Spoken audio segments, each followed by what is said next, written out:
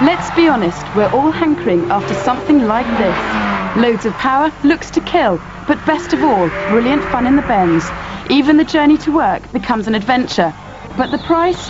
£20,000. This is more my level. 6.5 grand of cheap and reliable Scoda. Will it get me to work? Yes. Is it exciting? No. But it could be. Come with me to the bizarre world of Super Scoda. This road-legal fabric takes bends at 80 miles an hour thanks to some modifications which can be done to any car. Even more impressive is that the engine is fundamentally a standard 1300cc block. 70 brake horsepower doesn't sound much, so what else do you get out of tuning your Scoda? The car's handled so well with the parts that we fitted that you can outperform most hot hatchbacks on the road round bends. That more than makes up for the lack of power. And how do you go about converting a road car into a rally car? Well, we changed all the springs, all the dampers, new rubber bushes in the suspension, new wheels, new tyres.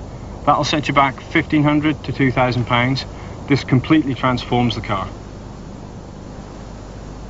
That's all very well, but what about the real Scodas? Rear-wheel drive, train spotter image, and...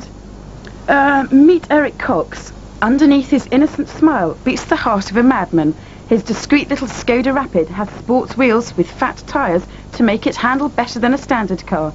Eric claims the Scoda chassis can take extra power, and he's fitted a 165 brake horsepower 2-litre Fiat twin cam with a supercar raw to go with it.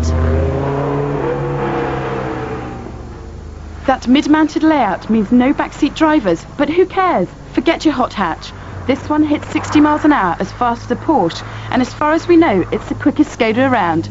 The cost? A measly and breathtaking £2.5 grand. Awesome.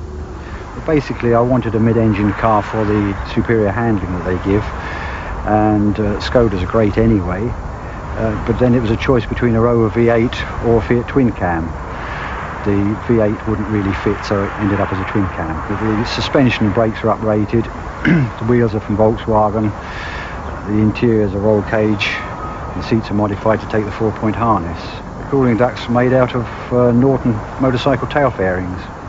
I've done all the work myself, and it creates generally a lot of interest. People are pretty impressed, particularly at traffic lights. We don't need any irresponsible boasting to explain the Czechoslovakian magic. Instead, we asked tuning expert Jim Blackstock, why Skodas? Cars are easy to come by and they're very cheap. Most people nowadays can in fact do own GTIs and hot hatches, but you can't get much more different than a Skoda that does an auto 60 in around about 7 seconds. They're very cheap to modify. For a couple of £1,000 you can add wheels and tyres, lower and uprate the suspension and get some pretty serious horsepower. As mad as you like, really. As mad as poor Simon Hucknall, perhaps. Astute businessman by day, by weekend a demonic yellow hill climber. A window fell out before filming, the most expensive parts are the wheels and tyres, but it will top a ton. Not too sure about these smears on the ceiling, but otherwise good try, Si. Try and try. You succeed at last. Tony Brooks brought along his weekend Scoda fresh from an owners' meeting in Prague. Using a turbo and intercooler from a Renault 5, Tony, like Rolls-Royce, claims his top speed is adequate. Far too modest, Tony. And for the wild at heart, the 1300cc Scoda Hot Rod.